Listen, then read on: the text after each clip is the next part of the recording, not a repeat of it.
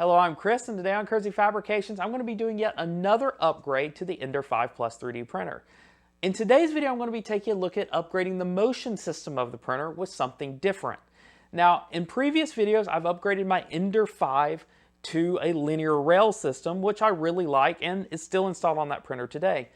But in today's video, I'm doing something different. I'm going to be using the ExoSlide system to upgrade the motion of this printer. Now, what are ExoSlides? Why would you want them over the little wheels that come with the printer or over linear rails? That's what I'm going to show you right here today on Crazy Fabrications. Let's go.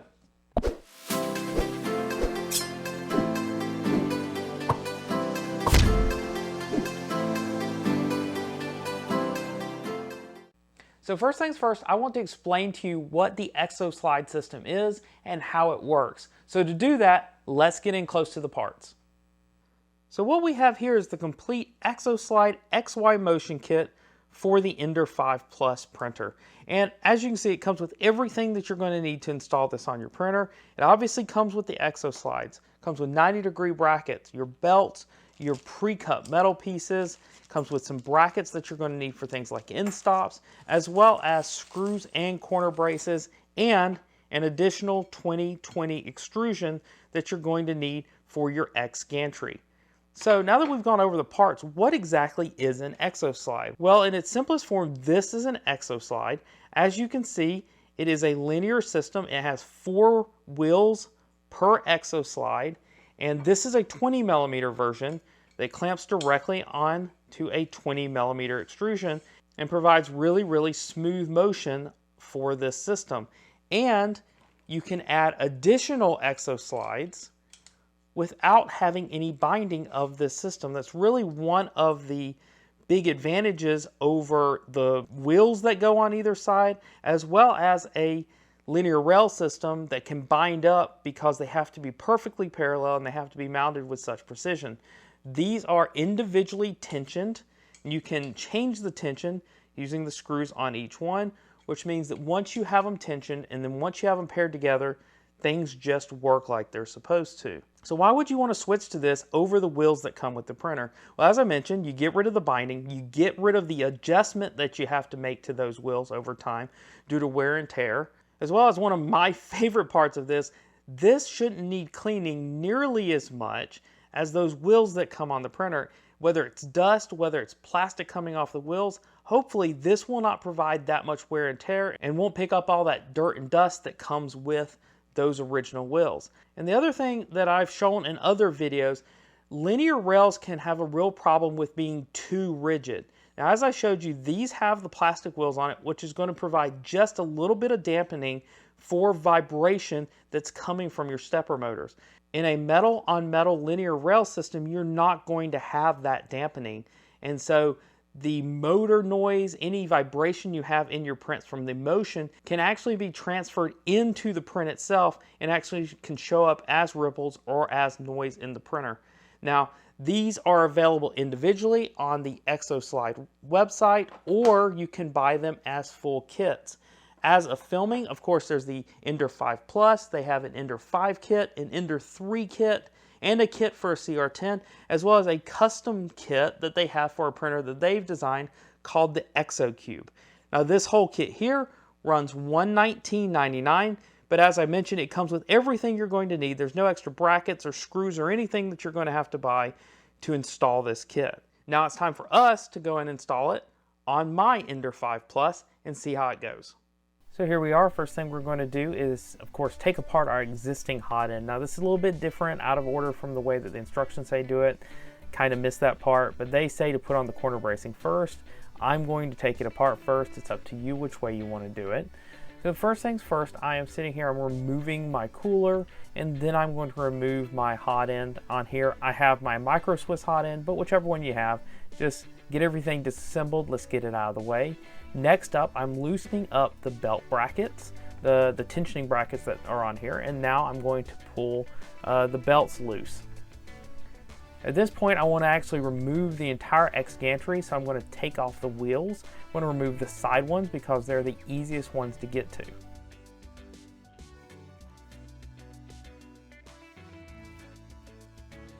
Now I'm going to remove my end stop because that's a piece of wiring that's still attached, and then I'm going to remove the wire going to my stepper motor. Now all the wiring harness, everything should be removed. I did find out now I had to remove an extra wheel to get that whole thing to lift off. One quick sidebar, if you've been running your printer for a while with the default wheels that it comes with, you may want to do some cleaning with a paper towel and some isopropyl alcohol. That's what you'll get off of your rails, just like I did. Again, just a quick clean. It should get whatever rubber or anything else that's left behind, and you'll be ready for your new wheels. Now I'm doing step 0 of the instructions, which say to replace the corner bracket. Now, it said to do this first. I missed that when I was reading the directions, so you'll want to make sure that everything gets good and square again, just in case, you know, something shifted or anything. You should be able to tell though, because everything should line up. This should fit together fairly tight still.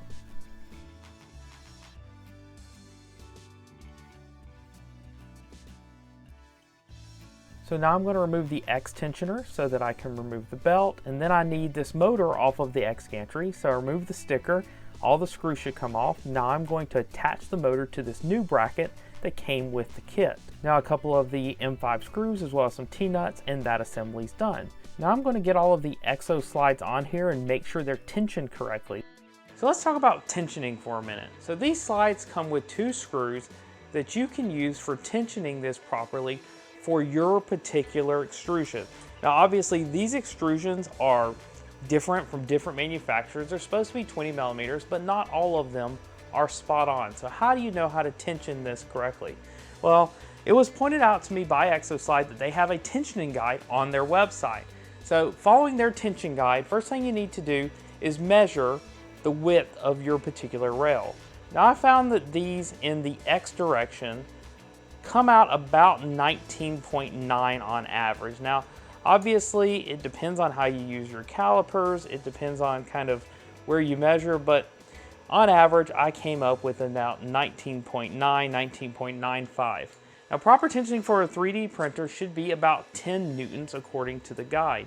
So what we need to do is take this, and what we're going to do is measure the inside of these wheels to be 0.05 smaller than what the rail says it is. So I'm going to line this up as best as possible. And notice that this one is about 19.8586 with some error. This one is 19.8987. So I can tighten this just a little bit with this screw down here. Just a little, and then measure that again. There you go, 19.85. Again, I'm going by my caliper technique and my calipers. Now this should slide on here and be properly tensioned. And that looks pretty good. It slides freely almost, but just a little bit of tensioning. So that looks good. I'm going to do the same thing for my 40 millimeter rail. Again, just taking off that 0.05 millimeters using your calipers.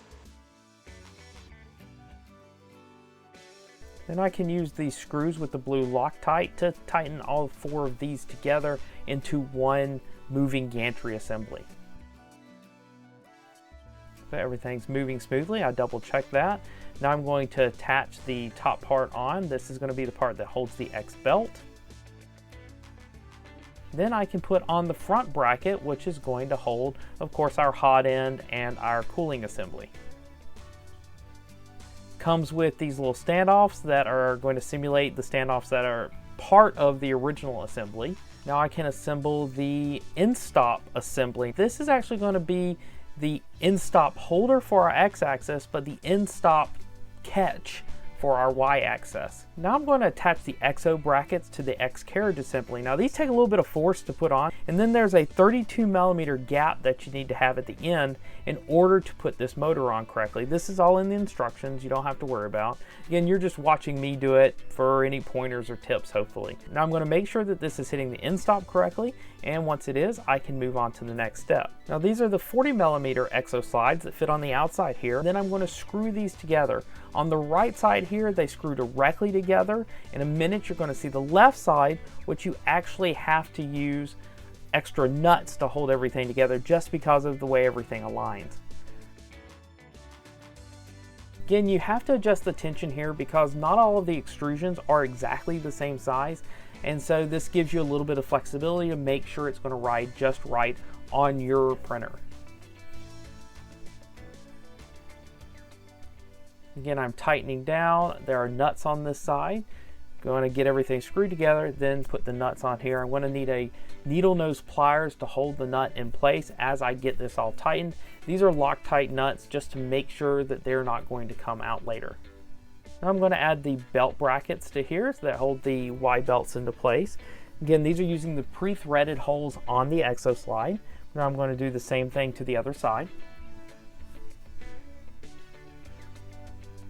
Now it's time to pull this apart. Now this was the hardest part probably of the entire build. This screw did not want to come out. This is the X idler, and it was just a huge pain in the butt. I tried many things to get this apart. Again, I don't know how tight yours will be, but mine was kind of a pain. But once I got it back apart, it was easy to reassemble. The new bracket just fits together same way the old one did. And I didn't have to tighten it nearly as tight as the original one was to get it to work just fine. Again, these are my M5 screws and a couple of T-nuts.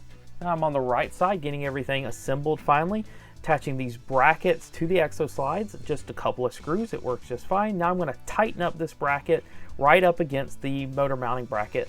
I'm going to pull this in real tight on the left.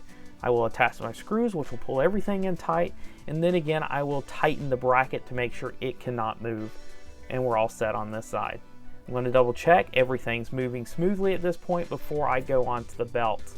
Now to attach the belts, I pull these brackets off, slide it in.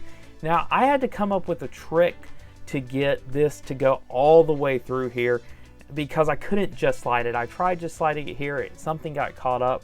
So you'll see me here, I created what's called a fishing guide to pull this through here. I just used an old coat hanger, curved the tip of it, pulled it through here, and then I was able to pull the whole belt back through the assembly like it was originally. Now if you don't have the means to create something like this, you may have to lay the entire printer on its back in order to get gravity to do the work for you. But once I got everything fed through, the rest was pretty easy because I just needed the back bracket.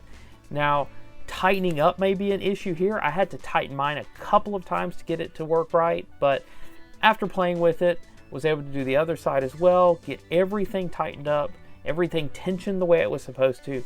Again, there's not really a good tensioning mechanism on this printer, so just pull real hard with your hand and tighten up the screws. And if you don't get it quite right where you want it to, then just do it again. Also, when you're getting everything lined up, make sure that your belt is not scraping on the top of that extrusion because that will wear down your belt and create a lot of noise. You'll know if you didn't get it put together right.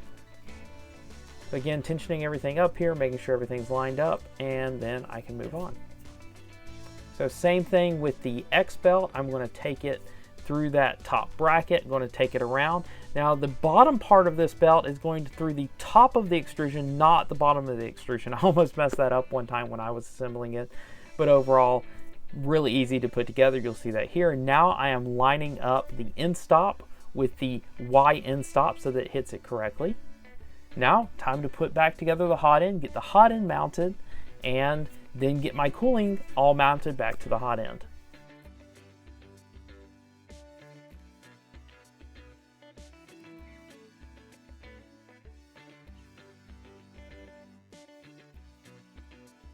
Now, as you're going to see here, this didn't exactly go the way I had planned. There was a screw here that was in my way, and I was unable to just simply mount it. So, grabbed my drill, big drill bit, could see easily where that hole was. I drilled a hole in it. Very simple fix for this problem. Hopefully I can have some time at some point to possibly just put a hole in the original model so I can reprint it, but this is an easy fix. Now when you go to line up your BL Touch here, it's going to be off from where your previous one was. This bracket's not exactly aligned the same way the previous one was, but if you're using this one, it should be very easy for you to just raise or lower that BL Touch to where you need to. And then of course, realign your cooling bracket. Hopefully you can figure out exactly where you had it. If not, you're just going to want to play with this original cooling again if you're using this one. Now, obviously, if you're using the stock cooling solution, none of this should be a big issue for you. It should just work. Now, reattaching the fans. I'm going to re-zip tie everything back up. Don't forget to do that, any that you had to remove. Now I'll get my bowden tube reinstalled. Now I'm going to take the whole wire loom assembly just the way I had it before I made the modification, and there's an easy way to attach this with the zip tie to that exo bracket. And so I tighten everything down. My wiring comes over here. It's out of the way just like it was before. Time to get the bed back on here. And of course, first thing, anytime you make any changes to your hot end assembly, or particularly to the motion system like I did here, again, I'm readjusting my cooling, I'm redoing my Z offset, and then I'm going to manually re-level the bed, followed by the automatic BL Touch bed adjustment.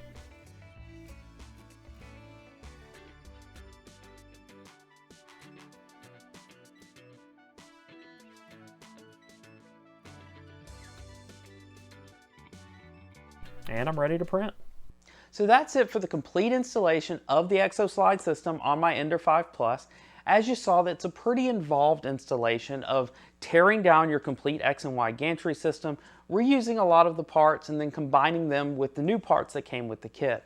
I think that this process will take the average user 2 to 3 hours, depending on your level of familiarity with doing something like this and the difficulty that you have at disassembling your existing system. Now, after you've installed a system like this, that's only the beginning of the story, because after that comes the tweaking and tuning that comes after making a major modification to your printer. Now, during your initial installation, make sure that you're taking care when it comes to things like the preloading of the system, the tensioning of the belt, because it'll save you some time later.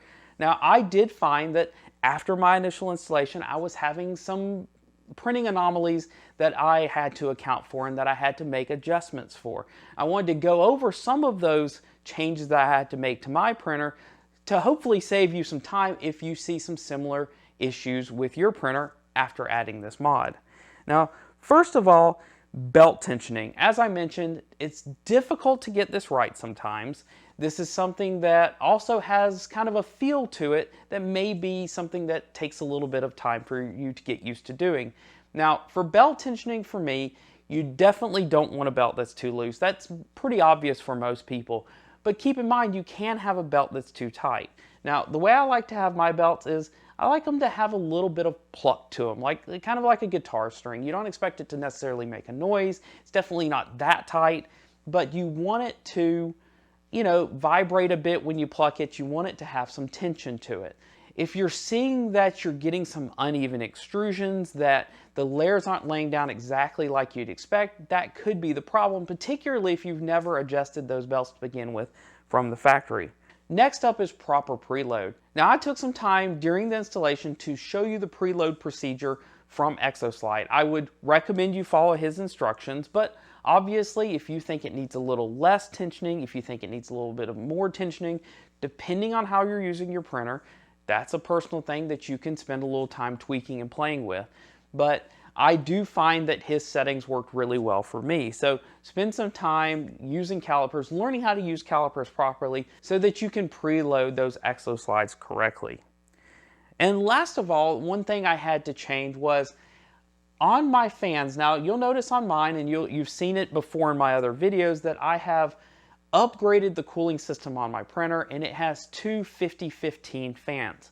Now, these fans obviously are going to create a certain amount of vibration, and since there's two of them, you can get what's called resonance. Now, before the mod, when I had the large wheels on here, the large original palm wheels that came with the printer, I didn't really hear the fans. They were loud, but it was a whirling fan noise. But after this mod, I found I got a lot of wong, wong, wong, what I would call resonance, because we've stiffened up the X and Y motion system. And because of that, we're getting those fans working together to create kind of a wave in our sound. So what I had to do so that I made sure that that resonance wasn't ending up in my prints was to slow down those fan speeds. I found if I took my fan speeds down to 75% instead of 100%, that I got rid of that resonance, and now I didn't have to worry about that ending up in my prints. Now, just to make sure, I did some overhang testing and found that 75% didn't make a lot of difference in the typical overhang settings that I was using for my printers. I was still able to use 70 to 75% overhangs without any problems. So now let's move on to the test prints, and I'll show you what I was able to actually achieve with this modification. So since I just completed my Creality Silent Board review, I wanted to use the test prints from that video as the starting point for this video. That means I have the skull that I use for my smoothness and layer consistency test, and I have the Raspberry Pi case that I use for a mechanical print test. It's good for testing like the consistency of the walls and just overall geometric accuracy when comparing the two prints. Now, one thing I want to mention first here was that I attempted to use the exact same filament from that review in this review, and I had 2 rolls of what's called True Blue from filament 1. Well, while the colors are the same, since they were from 2 different batches of filament, the sheen didn't end up the same. So when you're looking at these on screen, I want you to remember that the sheen here is different, and that's because they're from 2 batches, and that can result in a difference in perception of the quality of the print. So I'm going to be telling you what I see in person. You can see what you see on camera, but just keep in mind that the shininess of the print can make certain features look different from print to print. So starting out with the skulls, I found that once I got everything tuned in, that the prints are very comparable. Now, keep in mind, these prints are not identical. I think that as I look over them, I will find one part of one print that I like better, and I will find another part of the other print that I like better. And of course, I rearranged a lot of the printer. I moved a lot of the cooling. I moved, the way that the motion system worked, obviously. And so these are going to turn out to be a little different.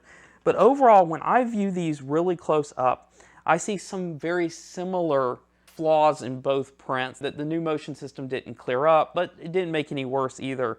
There's some banding that you see as you go up that is exacerbated by the sheen of the new one, but if you look at the 2 side by side, you see the same banding in the exact same places. So overall, I think that these are very, very comparable prints when viewed up close. And I was able to, get them tweaked and tuned in to be almost identical. Looking at the boxes, the mechanical prints for the Raspberry Pi, again, same sort of story. I find very similar flaws between both prints. I am still seeing some oddities between the 2 prints that can have nothing to do with the motion system. There's some extrusion issues, just slightly, even though these are the same G code. Again, that could be differences in the filament that I'm seeing. But anything related to the motion system, again, I'm seeing really good layer consistency. I'm really not seeing any problems between these 2 prints. So I think from a perspective of quality, it's pretty on par. So now that I've taken a look at the test prints and I see that we've pretty much gotten the quality to where we were before, what are my overall thoughts of this system? Is this something that you should do on your Ender 5 Plus? Well, let's take a look at the pluses and the minuses. So first of all, this is going to be considered as an alternative to doing a linear rails mod, so let's cover that first. So compared to linear rails, first of all, this is easier to install than linear rails because it doesn't bind up on you as easily. For such a long run with linear rails, I would have to get these perfectly parallel, which means my frame has to be perfectly square in order for it to not bind up as you go from end to end. Now, the great thing about ExoSlide is they're self-leveling, they're self-straightening because you're clamping the extrusion from multiple sides. And the sides, you're clamping them from one side and the top. And for the X gantry, you're clamping it from all 4 sides. So if that extrusion is straight, then your motion is going to be straight because it's moving along with that extrusion. The other great thing is that this is a kit, meaning that it's going to come with all of the parts that you need to do the mod. So you're not going to be dependent on your ability to print all of the components of the kit in order to get it to function correctly. Not only that, but instead of having all plastic components, you have all metal components for this kit. All of the brackets and everything, except for, of course, this little end stop bracket, everything is metal, which means a lot of rigidity to the system, which I really like. And as I mentioned before, I think you're going to have a lot less maintenance on this system than any of the alternatives.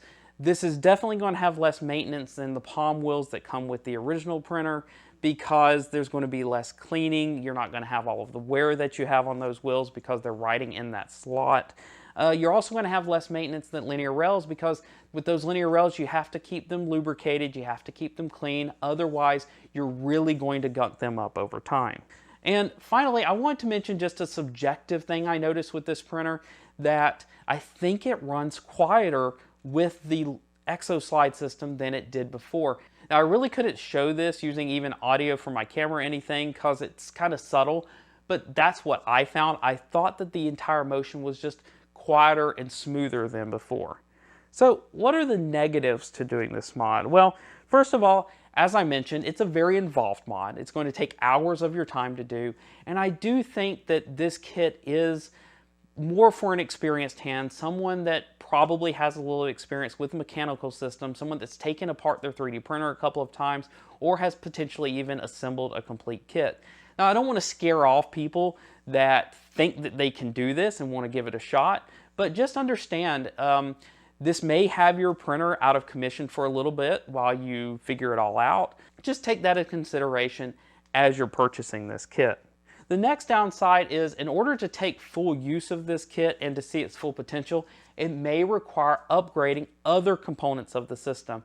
Now, I'm still in the early phases of mine. I'm not sure all what I'll do from this point, but due to the rigidity of this, you may find that some of the other components of the system aren't rigid enough. You may find that the linear motion on the z-axis isn't as smooth as it might need to be, and you may find you need to upgrade that. You may find some of the motors are not running as smooth as they need to be. You may find that you need to upgrade that. So, as with a lot of upgrades on 3D printers, this may be a rabbit hole that, since you've upgraded to one component to such a high quality, you may find that some of your other components may need to be upgraded to an equivalent quality. And finally, as I showed with my Hero Me Gen 3 kit, you may have to do some modifications or other things if you have a secondary cooling system or if you have other mods installed on your system, because not everything may fit with this kit that did before you made the mod, and so you may have to make some adjustments or completely change ideas that you had with things that you had installed here before. Now, all of your stock parts should fit. The stock cooling system should fit without any problem. But as I showed you on this one, I had to make a modification. So be prepared to do that if you have a different cooling system mounted on your hot end. So to sum this up in kind of like one sentence, I think for this printer, it's about improving the maintenance of the printer. It's possibly quieter than it was before. And ultimately, what you're doing with this sort of mod, with the ExoSlide, with linear rails, is you're chasing micrometers. You're really chasing those last little bits of perfection that you can get out of your printer. Again, I think that this is one of those stepping stone mods where you're taking your printer from what it was delivered as, what Creality built, and trying to take it to the next level. With this mod, you have the potential for really improving overall, but I don't think that necessarily it's going to improve out of the box. So what I'm going to be doing over the next few weeks is making some additional mods. I'm going to be changing out even more of the electronics, more of the components, trying to improve it, trying to get up to the level of this mod, trying to really show its benefit. It didn't fit into this video because, again, this video is limited in the amount of time I can spend on it, as well as the amount of time that you're willing to watch what I'm doing here.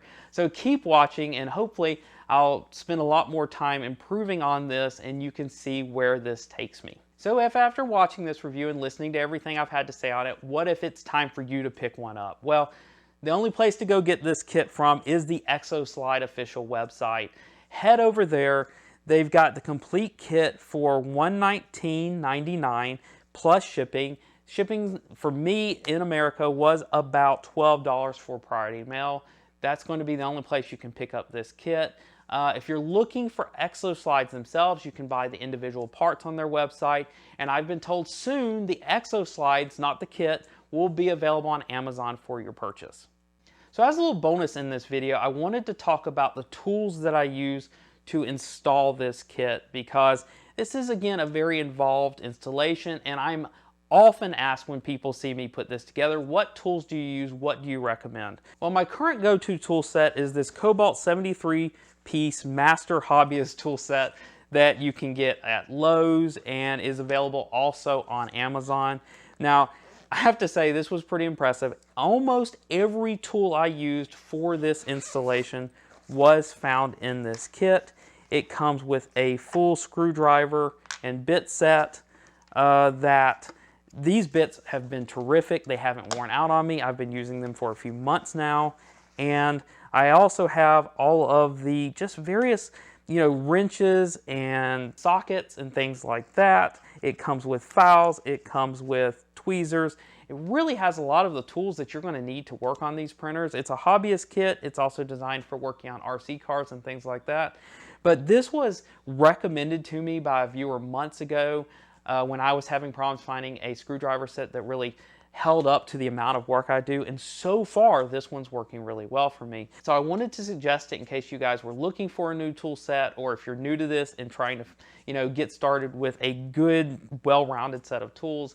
So if you're looking for something like this, you'll find the link in the description to Amazon where you can grab it yourself. So let's talk about what's coming next on the channel. But first, have you taken the time to like this video if you enjoyed it? Have you taken the time to subscribe and ring the little bell? If not, please do so. You'll get all of my content, and with the little bell, like I mentioned, you'll also get notifications when I release new content directly to your mobile device and to your computer.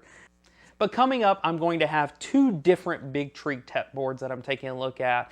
And in that video, I'm going to be giving you all the features of the boards, why you may want to choose one board instead of the other. I'm going to show you how I configure it, how I test it, and in the end, I'm going to release my configuration. I'm going to release binaries and everything you need that if you choose one of those boards, I'm going to make it easy for you to install those in your printer. And I really hope that helps some of you get up and running with an advanced 3D printing board. So I hope you stay tuned for that video. Again, I'm Chris. This is Kersey Fabrications, and I'll see you next time.